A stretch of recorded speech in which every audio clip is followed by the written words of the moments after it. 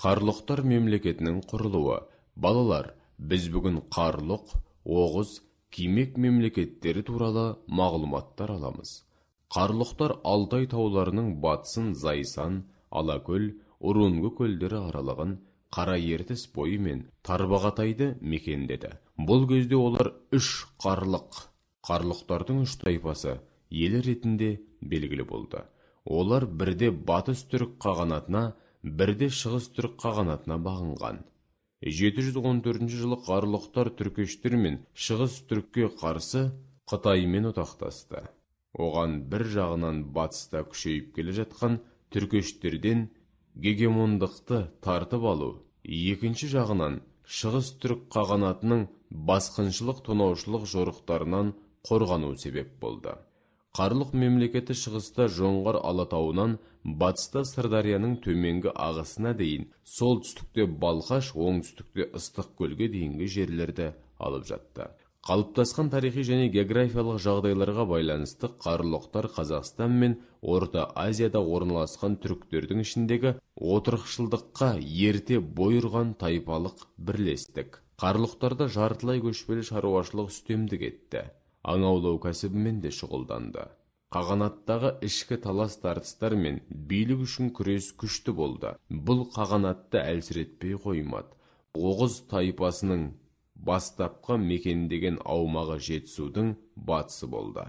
Оғыз мемлекеті кең байтақ аумақты алып жатты. Батыста Ырғыз, Жайық, Жем, Ойыл, Арал маңын, шығыста Балқаш көлінің оңтүстігіне дейінгі жерлерді, Сырдария аңғарын, Қаратау баурайын, Шу өңірін мекендеді.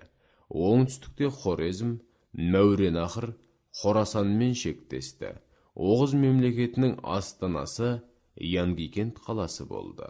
Оғыздардың Хорезм мен Хорасанмен экономикалық байланыстары интенсивті түрде жүріп, олардың малдары Хорасанда үлкен сұранысқа ие болды.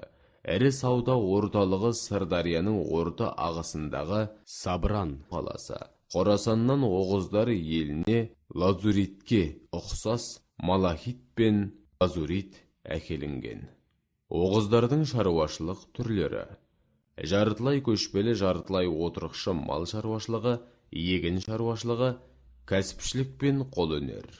Оғыз мемлекеті Еуразияның саяси әскери тарихында елеулі рөл атқарды.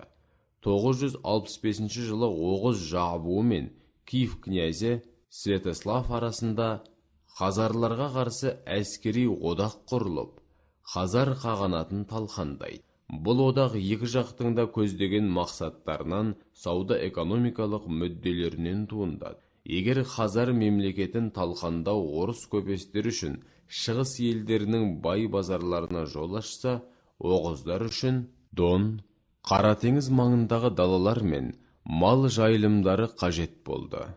10 ғасырдың соңы, 11 ғасырдың басында Оғыз мемлекеті құлдырай бастады. Әлейханның мұрагері Шахмәлік тұсында Оғыз мемлекеті қайта күшейді. Тіпті 1041 жылы Хорезмді басып алды. Ішкі талас тартыс селжұқтарға қарсы сыртқы шабуылдар Оғыз мемлекетін әлсіретті. Осы тұста солтүстік шығыста Қыпшақ тайпаларының шабуылдары күшейді. Бұл Оғыз мемлекетінің өмір сүруін тоқтатуына алып келді.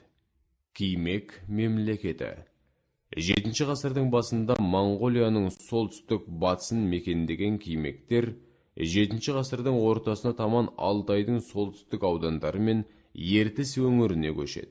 8 ғасырдың екінші жартысы мен 9 ғасырдың басында кимектер Қазақстан жеріне қоныс тебе бастады. 766-840 жылдары кимектер Батыс Алтай, Тарбағатай мен Алакөл ойпаты аумағына қоныстанды. Деректердің көрсетуінше Кимек мемлекетінің құрылған мерзімі 9 ғасырдың соңы.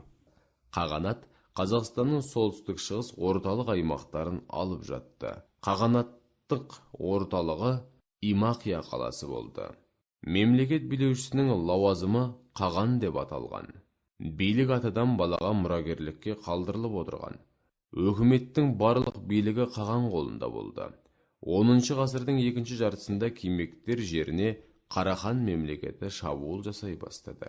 Орталық Азиядан шыққан көшпелі тайпалардың бірінен соң бірінің шабуыл жасауы Кимек мемлекетін әлсіретті.